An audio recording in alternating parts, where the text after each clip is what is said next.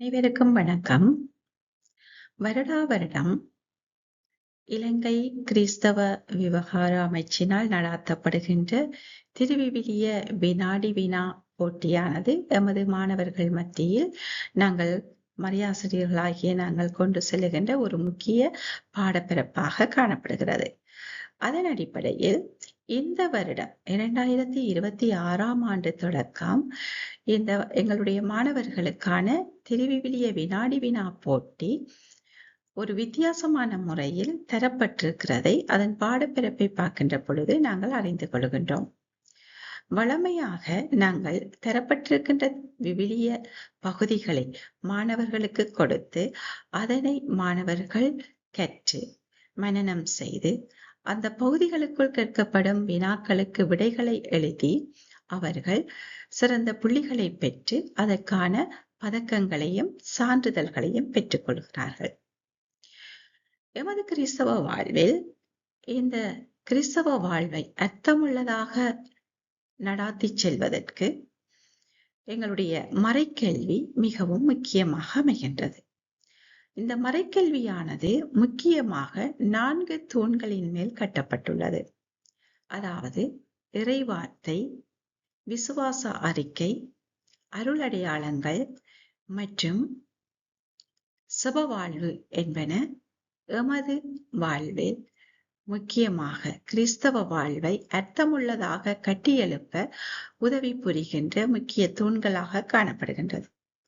இந்த விசுவாச நிகழ்வுகளை அல்லது இந்த விசுவாச பண்புகளை எமது மாணவர்களுக்கு சரியான முறையில் கடத்திக் கொள்வதற்காக புதியதொரு முறை உங்களுக்கு அறிமுகப்படுத்தப்பட்டிருக்கின்றது.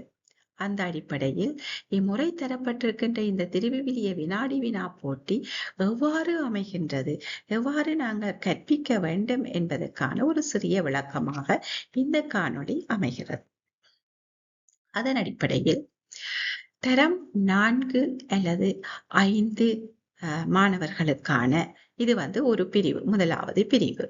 இந்த பிரிவு மாணவர்களுக்குரிய கருப்பொருளாக இருக்கக்கூடியது படைப்பாளரான கடவுள். கடவுள் படைப்பவராக இருக்கிறார் என்பதை மாணவர்களுக்கு நாங்கள் அறிமுகம் செய்கின்றோம். அதன் அடிப்படையில் இங்கு நாங்கள் காண்கின்றோம் இந்த 4 முக்கிய தூண்களும் எமக்கு தரப்பட்டுள்ளது. உதாரணமாக இந்த மாணவர்களுக்கு இந்த தரம் 4 மாணவர்களுக்குரிய தலைப்புகளாக காணப்படுவது படைப்பு கதை கொடுக்கப்படுகிறது, இயேசுவின் பிறப்பு கதை கொடுக்கப்படுகிறது. அதே போல் நம்பிக்கை அறிக்கை எடுக்கின்ற பொழுது அங்கு காணப்படுகின்ற முதலாவது மற்றும் 2வது பகுதிகள் அவர்களுக்கு அறிமுகப்படுத்தப்படுகிறது. 3வது விடயமாக நற்கருணை என்னும் அருளடையாளம் அவர்களுக்கு முன்வைக்கப்படுகிறது. 4வதாக புகழ்ச்சி ஜெபம் அவர்களுக்கு கற்றுத்தரப்படுகிறது. இவை இவர்களுக்கு இந்த தரம் 4 மாணவர்களுக்கு கொடுக்கப்படுகின்ற தலைப்புகள். இந்த படைப்பு கதையை அவர்களுக்கு நாங்கள் படிப்பிக்கின்ற பொழுது இவர்களுக்கு கொடுக்கப்படுகின்ற இந்த திருவிவிலிய பகுதிகள் எவை என்று சொன்னால், தொடக்க நூல் 1வது அதிகாரத்தில் இருந்து 2வது அதிகாரம் வரை இவர்களுக்கு கொடுக்கப்படுகின்ற பகுதி. இவற்றை இவர்கள் வாசிக்கின்ற பொழுது அவர்கள் கற்றுக்கொள்ளக்கூடிய விடயம் அல்ல கற்றுக்கொள்ள வேண்டிய விடயம் என்னவென்றால், கடவுளை ஒரு அன்பான படைப்பாளராக அவர்கள் காணுவதும் அந்த படைப்பு கதையை அவர்கள் மீள கூறுவதும். தனிப்பட அதை வாசித்து மட்டும் போகாமல் அந்த படைப்பு கதையை மீள அவர்கள் கூறுவதாக இருக்க வேண்டும். அதற்கு மேலதிக மேற்கோள்களாக திருப்பாடல் 24வது அதிகாரம் வசனம் 1, திருப்பாடல் 104வது அதிகாரத்தில் 24வது வசனமும், திருவெளிப்பாட்டு நூலில் 4வது அதிகாரத்தில் 11வது வசனமும் அங்கு தரப்படுகிறது. இதன் நோக்கம் என்னவென்று சொன்னால், பிள்ளை, மாணவன் அல்ல மாணவி கடவுளின் வல்லமையையும் அவருடைய நன்மையையும் அவர் படைத்த இந்த படைப்பில் காணக்கூடியதாக இருக்கும். ஆகவே படைப்பு பற்றிய ஒரு நேர்முறையான எண்ணத்தை மாணவர்கள் மத்தியில் கொண்டு செல்வதும், இந்த படைப்புக்கு அதிபதியாய் இருக்கக்கூடிய கடவுளை இந்த மாணவர்கள், எங்களுடைய பிள்ளைகள் நன்மைத்தனம் உள்ளவராக காணுவதற்கு அவர்களுக்கு இந்த விடயங்களினூடாக நாங்கள் கொண்டு செல்ல வேண்டும் என்பது இங்கு காட்டப்படுகிறது. அதே போல இயேசு கிறிஸ்துவினுடைய பிறப்பு இங்கு அறிமுகப்படுத்தப்படுகிறது. திருவிவிலிய பகுதியாக இருக்கக்கூடியது லூக்கா நற்செய்தியில் 2வது அதிகாரம் 1வது வசனத்திலிருந்து 20வது வசனம் வரை. கடவுளின் மிக மேலான கொடையாக இருக்கக்கூடியவர் இயேசு என்பதை இந்த பிள்ளைகள் அறிந்து கொள்வதாக இந்த பாடப்பரப்புக்கூடாக அவர்களை வழிநடத்தி செல்ல வேண்டும்.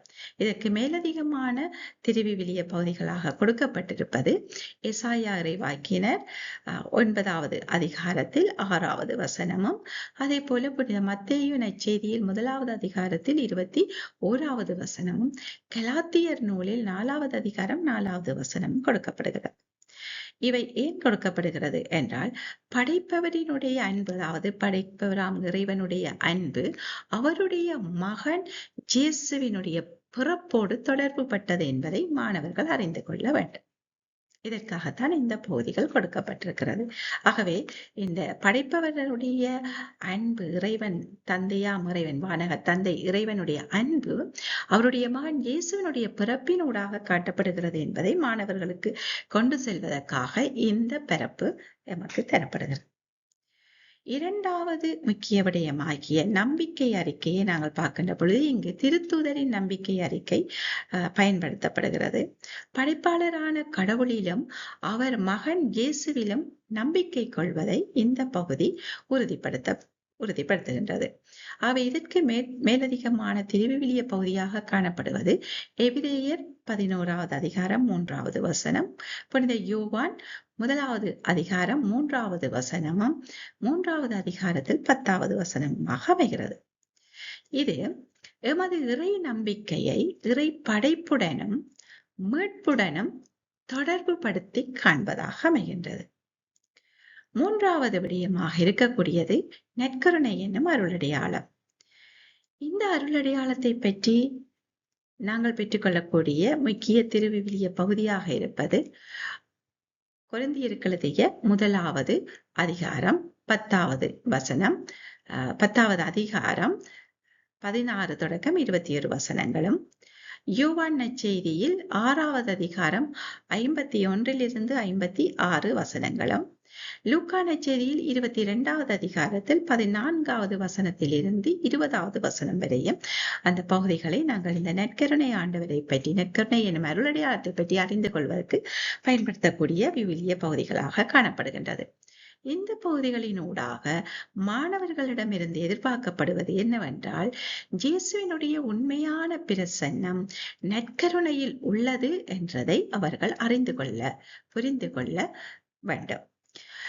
இதற்கு மேலதிகமான திருவிவிலிய பகுதியாக கொடுக்கப்படுவது மத்தேயு நற்செய்தியில் 28வது அதிகாரம் 20வது வசனமும், யோவான் நற்செய்தியில் 6வது அதிகாரத்தில் 35வது வசனமும், லூக்கா நற்செய்தியில் 22வது அதிகாரத்தில் 19வது வசனமுமாக அமைகிறது.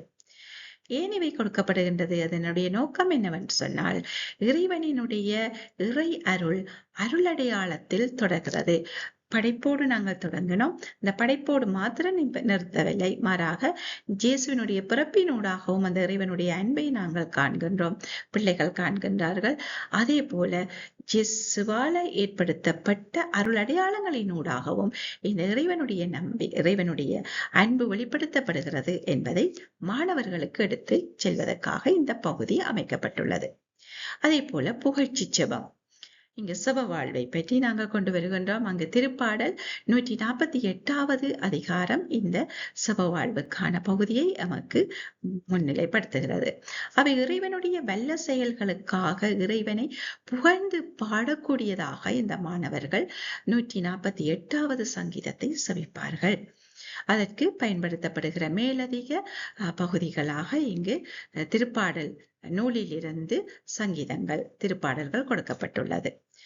அடுத்ததாக பிள்ளை நன்றியுணர்வுடனும் திருவழிபாட்டிலும் ஈடுபடுவதற்காக இந்த பகுதிகள் பிள்ளைகள் மாணவர்களை இட்டுச் செல்வதை நாங்கள் இங்கே காணலாம். இவ்வாறாக 5ஆம் தரம் 5லையும் இதே முறையில் அவர்களுக்குரிய தலைப்புகளும் அந்த தலைப்புக்குரிய பிரதான இறைவார்த்தை பகுதிகளும் அதுக்குரிய கற்றல் பேறுகளும் மேலதிக வசனங்கள் திருவிவிலிய வசனங்களும் அதுக்குரிய நோக்கங்களும் இங்கு உங்களுக்கு கொடுக்கப்பட்டிருக்கிறதை நீங்கள் பார்க்கலாம். ஆக இங்கு தரம் 5 தரப்பட்டிருக்கிற தலைப்பு மனிதனின் வீழ்ச்சி, மீட்பரின் வாக்குறுதி. இவை திருவிவிலிய பகுதிகளில் இருந்து வரக்கூடியது இறைவார்த்தை பகுதிகளாக அமைகின்றது. மூன்றாவதாக நாங்கள் பார்க்கின்றோம் நம்பிக்கை அறிக்கை, விசுவாச அறிக்கையிலிருந்து எடுக்கப்படுகின்ற பகுதி. அதற்கு பின்பாக ஒப்புரவு என்ற அருளடையாளம், அடுத்தது மன்னிப்பு ஜெபம். ஆகவே இவ்வாறு ஒவ்வொரு வகுப்புக்கும் ஒவ்வொரு தரத்துக்கும் அதற்குரிய தலைப்பும் அந்த தலைப்பை நாங்கள் பெற்றுக்கொள்ளக்கூடிய இறைவார்த்தை பகுதிகளும் அந்த இறைவார்த்தை பகுதிகள் எதற்காக தரப்படுகிறது என்பதை தலைப்போடு தொடர்பு படுத்தப்படுகின்ற கற்றல் பேறுகளையும் நாங்கள் காண்கின்றோம். இவற்றுக்கு மேலதிகமான வசனங்கள் நமக்கு இங்கு தரப்படுகிறது.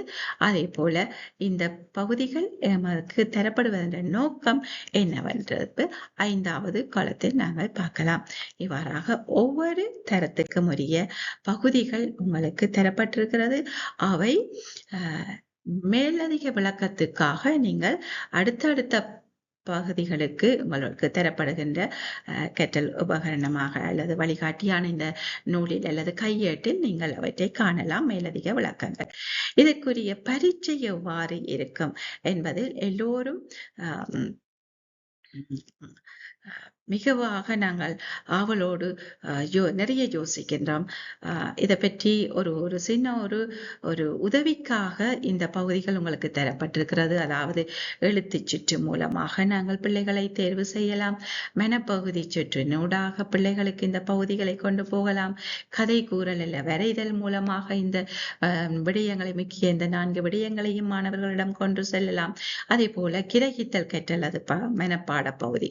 ஆக இவ்வாறான விதத்தில் அனைத்து மாணவர்களுக்கும் எங்களுடைய விசுவாச பயணத்தை கொண்டு செல்வதுதான் இந்த திருவிவிலிய வினாவிடை காண இந்த பாடப்பரப்பினுடைய நோக்கமாக காணப்படுகிறது. ஆகவே மிகவும் திறமையான மாணவர்களுக்கு மாத்திரம் இந்த பகுதிகளை கொடுத்து அவர்கள் ஊடாக சான்றிதழ்களையும் பதக்கங்களையும் பெறுவது மட்டுமல்ல நோக்கம்.